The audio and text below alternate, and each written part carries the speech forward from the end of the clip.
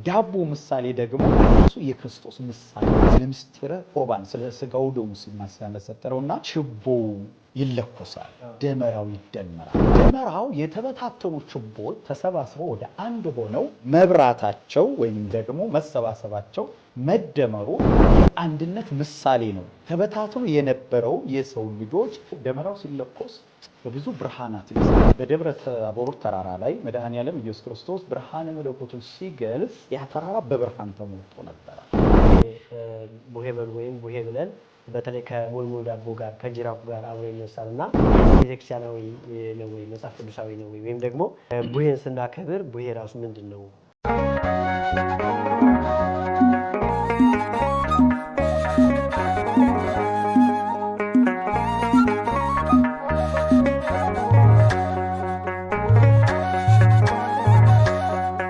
በስመ አብ ወወልድ ወመንፈስ ቅዱስ አሐዱ አምላክ አሜን። ሰላም ውድ የኤማሁስ ሚዲያ 23 ቤተሰቦቻችን በመላው ዓለም ሆናችሁ ቻናላችን የምትከታተሉ እንዲሁም ደግሞ ላይክ፣ ሼር፣ ሰብስክራይብ በማድረግ የምትተባበሩ ሁሉ ሰላም እግዚአብሔር ከሁላችን ጋር በእያላችሁበት የሰዓት አቆጣጠር ይሁን እያልኩኝ ዛሬ እንግዲህ ከመጋቢ ሐዲስ ከመምህር አብርሃም ጋር ስለ ደብረ ታቦር እንዲሁም ደግሞ ክብሩ ስለተገለጸበት በተራራው ላይ መብራት ስለበራልና ስለሚስጥራቱ አጠቃላይ ስለ ቡሄ ስለ ጅራፉ ስለምን ጠቅለል አድርገን የምናነሳ ይሆናል።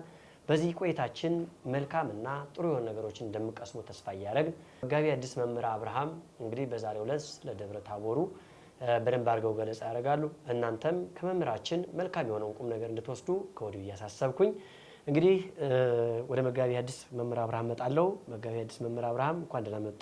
እንኳን ደህና ቆዩ።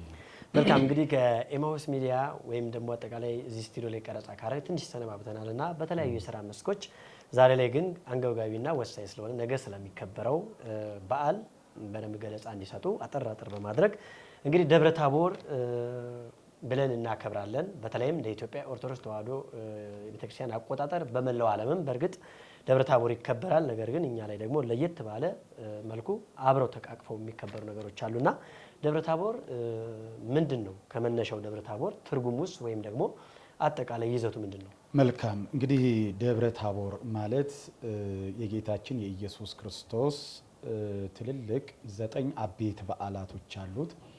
ከ9ኙ አቤት ደግሞ 9ኙ ደግሞ ንዑሳን በዓላት ይባላሉ።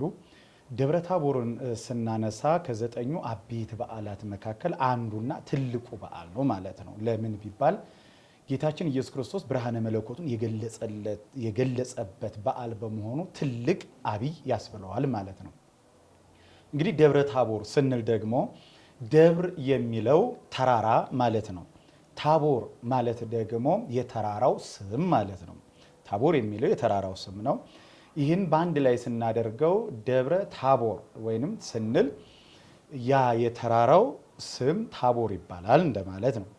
ስለዚህ ከዚህ ቀጥሎ ጌታችን ኢየሱስ ክርስቶስ በዚህ በደብረ ታቦር ላይ ብዙ ምስጢራትን ገልጸዋል።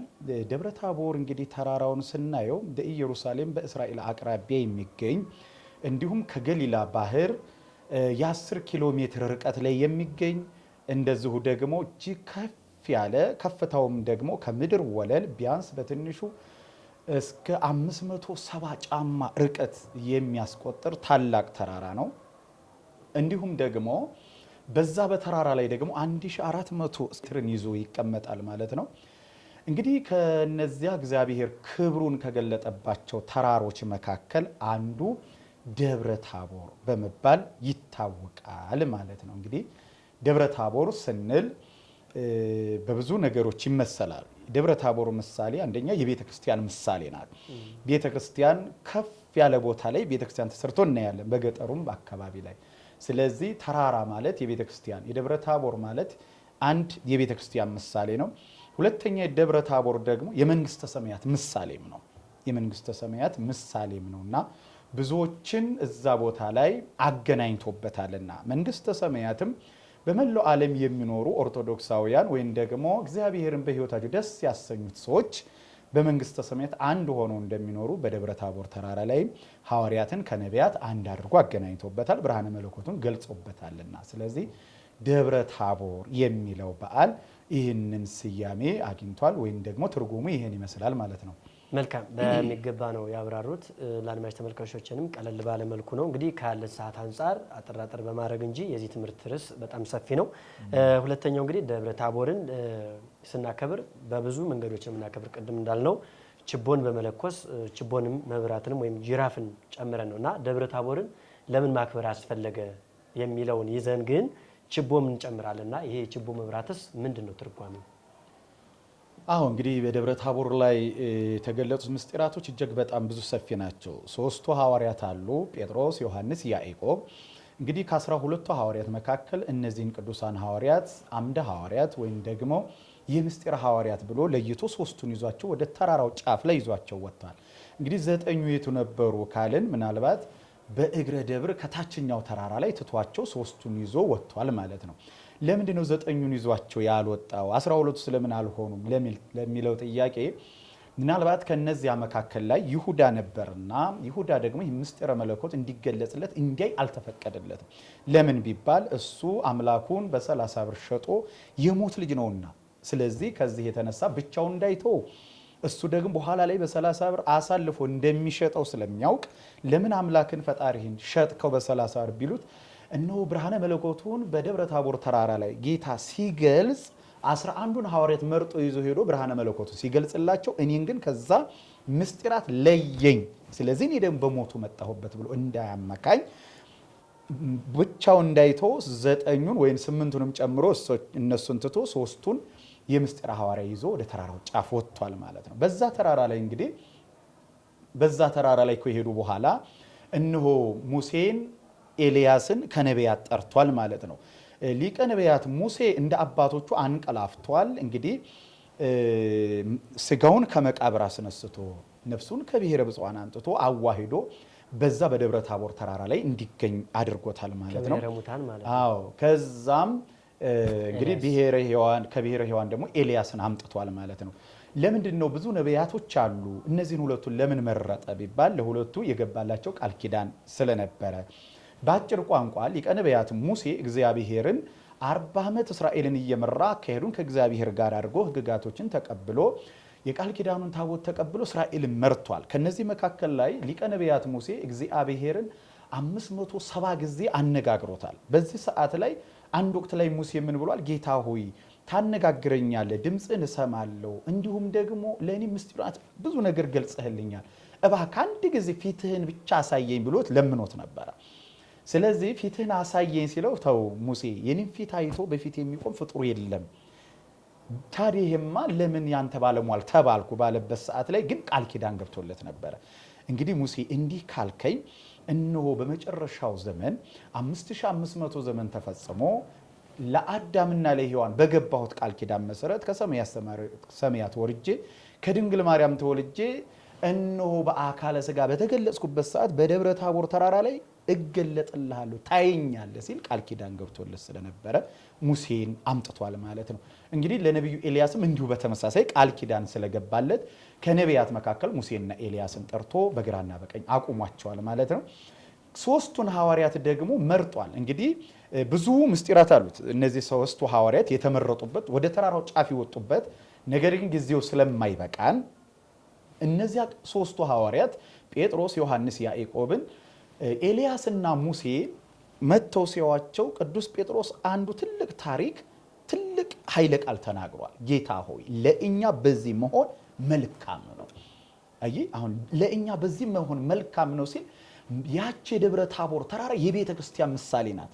ኦርቶዶክሳውያን በቤተ መቅደሱ በቤተ ክርስቲያን በንስሐ በስጋው ደሙ እንዲሁም ደግሞ በጾም በጸሎት ተጠምዶ ለአገልግሎት ለአምልኮት ከቤተ መቅደሱ መውጣት እንደሌለበት በመቅደሱ መኖር እንዳለብን ቅዱስ ጴጥሮስ ያመላክታል ማለት ለኛ በዚህ መሆን መልካም በቃ በቤተ መቅደሱ መኖር። ስለዚህ እኛንም ፍጻሜያችን በመቅደሱ እንዲያደርግልን ፈቃዱ ይሆንልን። ሌላው ምንድነው የጠየቀው? ለኛ በዚህ መሆን መልካም ነው ካለ በኋላ 3 ዳስ እንስራ አለ። ምክንያቱም አንዱን ላንተ፣ አንዱን ለኤልያስ፣ አንዱን ለሙሴ። ስለዚህ ይህንን አክብሮ ለእንግዶቹ ቅድሚያ በመስጠት 3 ዳስ እንስራ በዚህ መሆን ለኛ መልካም ነው ሲል በቤተ መቅደሱ በመንግስተ ሰማያት በበጎ ስራ በመልካም ነገር በእግዚአብሔር ቤት መኖር መልካም እንደሆነ እኛንም ያስተምረናል ማለት ነው። በዛን ሰዓት ላይ ይህንን እያለ የጸሎት ስርዓትን መድኃኔዓለም ፊቱን ወደ ምስራቅ መልሶ እጆቹን አቅንቶ አይኑን ወደ ላይ አቅንቶ ይጸልይ ጀመረ። በዛን ሰዓትም ላይ ልብሱ ከመብረቅ ነጭ ሆነ፣ ተለወጠ፣ ፊቱም እንደ ፀሐይ ያበራ ጀመረ።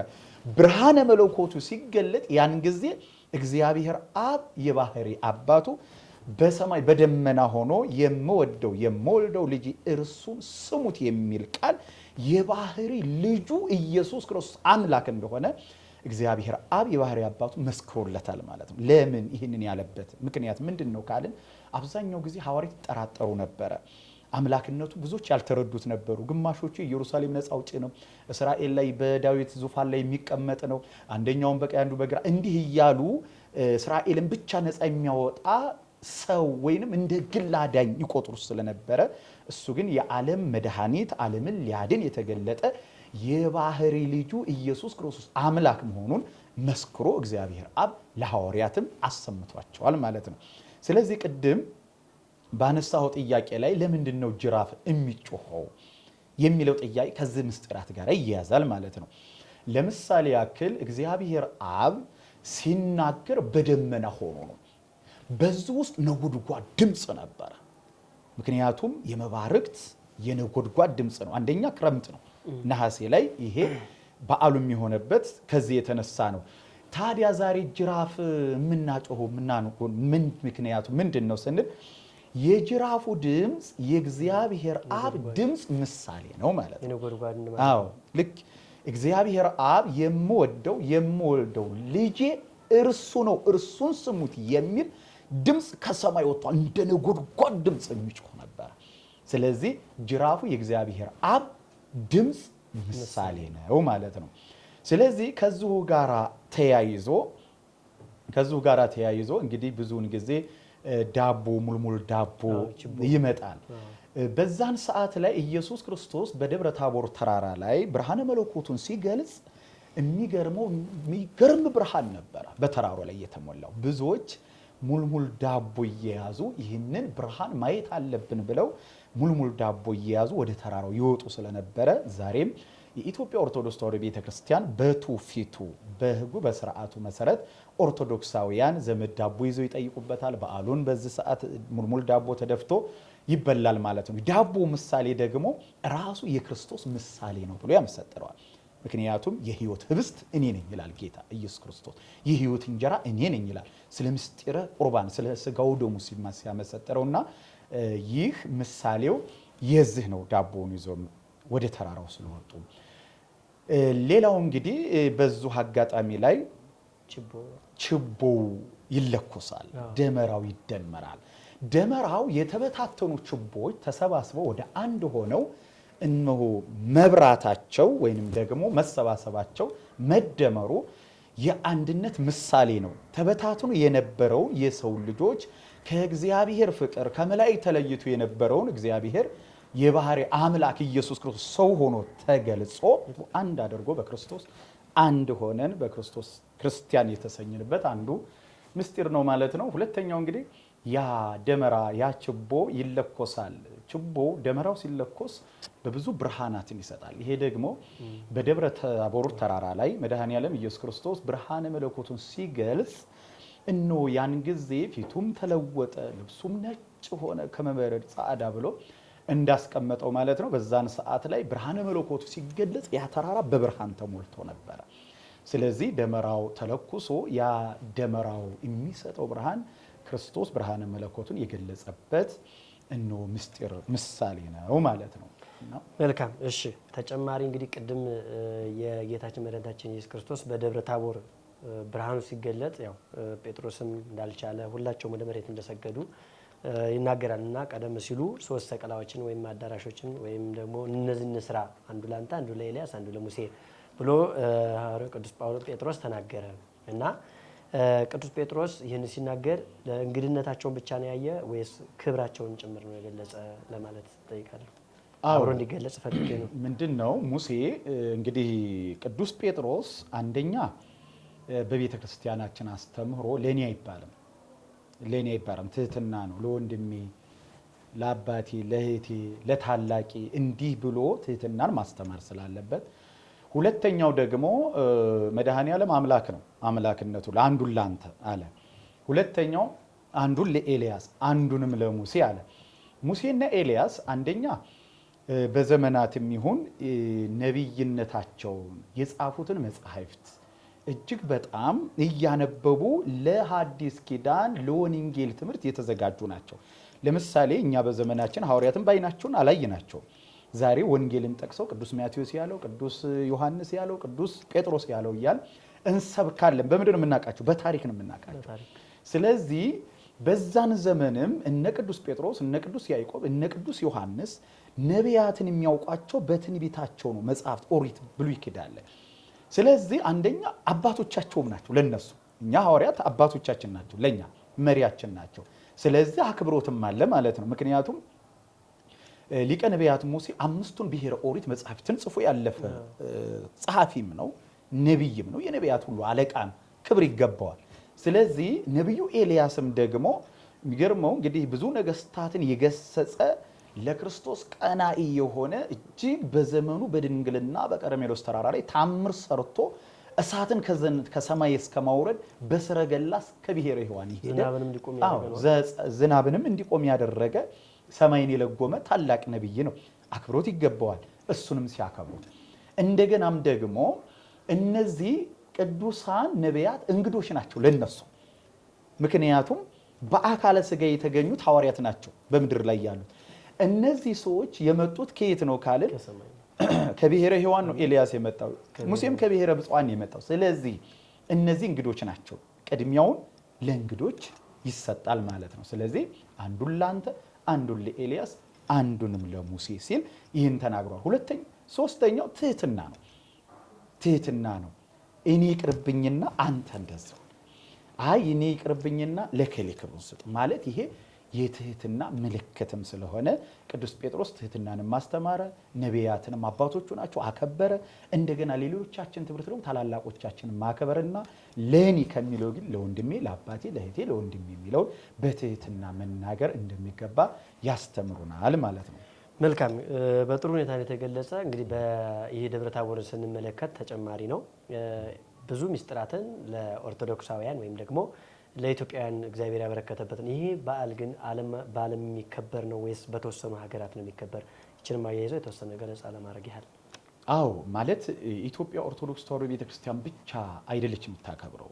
ይሄ ከ9 አበይት በዓላት መካከል ደብረ ታቦር አንዱ እንደመሆኑ መጠን ስለዚህ 6ቱ ኦሪየንታል ኦርቶዶክሳውያን የምንላቸው እህት አብያተ ክርስቲያናትም አሉ። ለምሳሌ ያክል እነዚህ አሁን ለምሳሌ የኢትዮጵያ ኦርቶዶክስ ተዋሕዶ ቤተክርስቲያን፣ የእስክንድሪያ ኦርቶዶክስ፣ የህንድ ኦርቶዶክስ፣ የአርሜኒያ ኦርቶዶክስ እንዲሁም የሶሪያ ኦርቶዶክስ እንዲህ እያልን እነዚህ 6ቱ ኦሪየንታል የተባሉት ኦርቶዶክሳውያን ያከብሩታል። አከባበሩ ግን የተለያየ ሊሆን ይችላል። ከትውፊቱ ጋር ከቀኑም ጋር ሊለያይ ይችላል። ሌሎች ነገሮች ከባህሉ ጋር አንድ ላይ አያይዘው ሁሉም ያከብራሉ። በተለይ ግን የኢትዮጵያ ኦርቶዶክስ ተዋሕዶ ቤተክርስቲያን በመላው ዓለም ስላለች በመላው ዓለም ይከበራል ማለት ነው። በኢትዮጵያ ኦርቶዶክስ ተዋሕዶ ቤተክርስቲያን በሌሎቹም እህት አብያተ ክርስቲያናትም። ስለዚህ ይህንን መከበሩ ደግሞ ልዩ የሚያደርገው ከ18ቱ በዓላት ከ9ኙ አበይት በዓላት 9ኙ ንዑሳን በዓላት ሲባሉ ይሄ አበይት በዓላት መካከል በመላው ዓለም ኦርቶዶክሳውያን የሚከበር በዓል ነው ማለት ነው። መልካም፣ እንግዲህ ሌላው ወደ መጨረሻ እየደረስ ነው ወደምንቋጭበት። እንግዲህ ቡሄ በሉ ወይም ቡሄ ብለን እዚህ በተለይ ከሙልሙል ዳቦ ጋር ከጅራፉ ጋር አብሮ ይነሳል እና ይህስ ቤተክርስቲያናዊ ነው ወይ መጽሐፍ ቅዱሳዊ ነው ወይ? ወይም ደግሞ ቡሄን ስናከብር ቡሄ ራሱ ምንድን ነው? እንግዲህ ኢትዮጵያ ላይ ብዙ ነው። አሁን ደብረ ታቦርን ስንገልጽ ዳቦ፣ ችቦ፣ በርካታ ነገሮች ነው። በገጠራማው ስናይ ደግሞ በጣም ያከብሩታል እና ስለዚህ ቡሄስ ምንድን ነው? አብሮ የተያያዘ ነው ወይ? አው ቡሄ ማለት እንግዲህ ኢትዮጵያ ኦርቶዶክስ ተዋሕዶ ቤተክርስቲያን ትውፊትን፣ ባህልን እንዲሁም ደግሞ የቤተክርስቲያን ስርዓትን ይዛ ነው። ምክንያቱም ቅድም እንዳልበው ሁሉም እንደየአካባቢው ትውፊታዊ አመጣጥና ዘይቤ በዓሉን ያከብራሉ። ለምሳሌ ቡሄ ስንል ከባህላዊ ነገሮች ጋር አብሮ ይያያዛል ማለት ነው። ለምሳሌ ያክል በዚህ ቡሄ ሲባል የቡሄ ዳቦ ተብሎ ሙልሙሉ ዳቦ ይደፋል። ከዛም በኋላ ደግሞ በገጠር አካባቢ ላይ የጡት ልጅ የጡት አባት፣ የጡት እናት የሚባሉ የሚጠየቅበት ነው። ስለዚህ ይሄ ማለት ከሃይማኖታዊ ይዘቱ ጋር ባህላዊም አንድ ላይ ተያይዞ መጡ ማለት ነው። ቡሄ በሉ የሚባለው ይሄ ከስርዓተ ቤተክርስቲያንም ጋር ከበዓሉም ጋር ተያያዥ ያለው ከባህሉም ጋር ተያያዥ ያለው። ስለዚህ ከባህሉ ጋር ሲያያዝ ደግሞ ከሃይማኖቱም ጋር ትስስር ሆኖ በልጅነታችን ዛሬም እንደሚሆነው ቡሄ በሉ እየተባለ እየዞሩ ልጆች ይጨፍራሉ፣ ፈጣሪያቸውን ያመሰግናሉ። አንዳንድ ግጥም በቡሄ እየመሰሉ በየቤቱ እየዞሩ ምስጋናን ይመሰገናል፣ ይሞገሳሉ። በዛውም ደግሞ ለነዚህ ታዳጊ ወጣት ልጆችም እንዲሁም ለህፃናቶችም ሰዎች ደግሞ ቡሄ በዓል ነው፣ ስለዚህ ደብረ ታቦር በዓል ነው እያሉ ከባህላዊ ጋር ነገር አያይዘው ይሰጣሉ። እነዚያም ልጆች ደግሞ በብዙ አይነት መልኩ ይህንን በዓል የሚያከብሩበት ምሳሌ ስለሆነ ስለዚህ ከትውፊቱ ከስርዓተ ቤተክርስቲያን ጋራ ባህላዊም ተያይዞ አንድ ላይ ሲደመሩ ቡሄን ጭፈራው አለ፣ ሙሉ ዳቦ አለ፣ ዘመድ ጥየቀው አለ፣ የጡት ልጅ እንዲሁም የክርስትና ልጅ እየተባለ ይጠየቃል። ከዚህ የተነሳ የቡሄ በዓልም ተብሎ ይጠራል ማለት ነው። ለምን? ከባህላዊ ይዘት ጋር ስለሚቀላል። መልካም እንግዲህ የኤማሁስ ሚዲያ 23 ቤተሰቦቻችን በመላው ዓለም ሆናችሁ ስለ ደብረ ታቦር ወይም ደግሞ 13ኛው ቀን የሚከበርበትን ነሐሴ 13 ቀን የሚከበርበትን በተለይም ደግሞ በኢትዮጵያ ኦርቶዶክስ ተዋሕዶና በዓለም የሚያከብሩትን ታላቁን በዓል መጋቢ ሐዲስ መምህር አብርሃም አጠር በማድረግ ጊዜና ሰዓት ላለመፍጀት እንጂ ይህ ትምህርት ረዥም ነው። ነገር ግን ከተደረገልን ሰፊ የሆነ ምስጢር ከበራልን መልካሙ የሆነ ብርሃን እንግዲህ ደግሞ ምስጢርን ያየንበት ወይም ደግሞ ቤተክርስቲያናችን ሐዋርያትም መልካም ነገርን ያዩበት እግዚአብሔርን በዓይነ ሥጋ ያዩበት እንደማለት ነው። ወይም ደግሞ ኤልያስና ሙሴን የተመለከቱበት ብርሃን የተገለጠበትና ምስጢር የታየበት በአጠቃላይ በርካታ ምስጢራትን በቤተክርስቲያናችን ይዞ የመጣ ሲሆን እንግዲህ ከዘጠኙ አበይት አንዱ ታላቁ በዓል መሆኑንና አንደኛው አበይት በዓል መሆኑን መጋቢ ሐዲስ መምህር አብርሃም ተናግረውታል። እንግዲህ ጠቅልል አድርጌ እንግዲህ ከደብረ ታቦር ተራራ ጌታችን በደብረ ታቦር ተራራ ሆኖ ብርሃኑ ለዓለም ፍንትው ያደረገበት መልእክቱን ያስተላለፈበት ሌሎች ሐዋርያትና ነቢያት ደግሞ ትሕትና የተማሩበት ትሕትና ያሳዩበት ሌሎችም የታዘዙበት እነ ቅዱስ ጴጥሮስም ቤት እንስራ በዚህ ብትቆይልን ብለው እነሱም መቆያ ቦታውን ቅዱስ የሆነ ቦታ እንደሆነ ጌታችን ያረፈበት ቦታ ቅዱስ እንደሆነ ገልጸውበታልና ብዙ ነገርን ትሕትናን ለሌሎች ማስቀደምን ለክብር ለሚገባው ክብር መስጠትን አስተምሯል። ለእርሶም የሚቋጫ ሀሳብ እንዲሰጡ የፈለኩት እኛስ ከደብረ ታቦር ስናከብር ምን አድርገን እንለፍ የሚለውን የመጨረሻ ጥያቄ። መልካም እንግዲህ ኦርቶዶክሳውያን ይህንን ታላቅ አብይ በዓል ደብረ ታቦርን በዓል ስናከብር አንደኛው በዚሁ አጋጣሚ አምልኮተ እግዚአብሔር የምንፈጽምበት ነው። የጌታችን የኢየሱስ ክርስቶስን ቸርነቱን ምሕረቱን ለሰው ልጆች ምን ያክል ብርሃነ መለኮቱን ሳይቀር የገለጸላቸው። ምክንያቱም ግማሾቹ ሲጠራጠሩ፣ ግማሾቹ ደግሞ ዮሴፍ ልጅ ሲሉ፣ ግማሾቹ ሙሴ ነው ሲሉ፣ ግማሾቹ ኤልያስ ነው ሲሉ፣ ግማሾቹ ደግሞ መጥምቀ መለኮት ቅዱስ ዮሐንስ ነው ሲሉ ለነበሩት ምስጢር የገለጠላቸው በዓል በመሆኑ ሁላችንም ይህንን በዓል ማክበር የሚገባን ወደ ቤተ ክርስቲያን በመሄድ ነው የደብረ ታቦርን በዓል ከበረከቱ ተሳታፊ መሆን አለብን ማለት ነው። አንዳንድ ጊዜ በዓላቶች ሲባልና ቤተ ክርስቲያን በዓላቶቿን በመቅደሱ በቅጽር ግቢው ሲያከብሩ ብዙዎች ባልባሌ ቦታ በመጠጥ ቤት፣ በዳንኪራ፣ በጭፈራ ቤት፣ በተለያዩ ቦታዎች ላይ የሚያከብሩ አሉ። ስለዚህ የእግዚአብሔር ለእግዚአብሔር ጊዜ እንስጥ። ስለዚህ የደብረ ታቦር በዓል የሚከበረው በቤተ መቅደሱ በዝማሬ ደመራውን ደምሮ ችቦሮን በማብራት እንዲሁም ደግሞ ወገኖቻችን በመጠየቅ በጎ ስራ በመስራት እግዚአብሔርን በማምለክ በበጎና በመልካም ነገር ልናከብረው ይገባል ማለት ነው እና ስለዚህ ይሄ በዓል በቤት የሚከበራል የአደባባይ በዓል ነው። ይህም በየቤተ ክርስቲያኑ የሚከበር ልክ እንደነ ጥምቀት እንደነ መስቀል በቤተ ክርስቲያን ግቢው ቅጽር ግቢ ውስጥ የሚከበር ስለሆነ እንደ አደባባይ በዓል ይቆጠራል ማለት ነው። በቦታው ላይ ሄደን ስለዚህ ደብረ ታቦር ላይ ሄደው በረከት እንዳገኙት እኛም ዛሬ በቤተ ክርስቲያን ሄደን በዓሉን ስናከብር እነሆ በደብረ ታቦር ላይ እንዳሉት እንደ ቅዱስ ጴጥሮስ፣ እንደ ቅዱስ ያዕቆብ፣ እንደነ ቅዱስ ዮሐንስ፣ እንደ ቅዱስ ኤልያስ እና እንደ ቅዱስ ሙሴ ከእግዚአብሔር ምስጢር ተካፋይ ሆነን በረከት ማግኘት እንደሆነ አስብን በቦታው ላይ ተገኝተን ማክበር ይገባናል ማለት ነው እና ሌሎችም ብዙ ማለት ይቻላል፣ ግን ካለን ጊዜ አንፃር ያው እዚህ ላይ ይበቃናል። መልካም እንግዲህ የነበረን ቆይታ ተመልካቻችን ይህንን ይመስላል። አጠር በማድረግ ሰፊውን ረቂቁን ትምህርት በረቀቀ መልኩ በአጭር ደቂቃ ለኤማሁስ ሚዲያ 23 ቤተሰቦቻችን መጋቢ ሐዲስ መምህር አብርሃም በዚህ መልኩ ፈትፍተው ነግረውናል። እንግዲህ ከዚህ ከደብረ ታቦር ሁላችን በያላችሁበት ለዚህ ያደረሳችሁ እንኳን አደረሳችሁ እያል እንዲሁም የሌላቸውን በመመገብ እንዲሁም ደግሞ የተራቆቱትን በማልበስ ወደ ተራራውም ወደ ቤተ ክርስቲያን በመሄድ ይህንን ምስጢር በሚያስተምሩ መምህራኖች ተመግበን መመለስና ልክ እንደ ጴጥሮስ ነን ብለን አስበን እነሱ ያገኙትን በረከት ባንሆን እንኳን እነሱ ያገኙትን በረከት አግኝተን እንደምንመለስ አስበን እንድንወጣ የእግዚአብሔር መልካም ፍቃድ ይሁን። እስካሁን በተነጋገርነው መልካም የሆነ ቁም ነገር ለሕይወታችን የሚጠቅመንንና የባሉን አንድምታ ወስደናል ብለን እናስባለን። እንግዲህ የኤማሁስ ሚዲያ ቤተሰቦቻችን ሰላም እግዚአብሔር ከሁላችሁ ጋር ይሁን። እንኳን አደረሳችሁ እያልን ሰብስክራይብ፣ ላይክ፣ ሼር በማድረግ ሚዲያችን ወደ ተሻለ እንድታደርሱ በአክብሮት እንጠይቃለን። ሰላም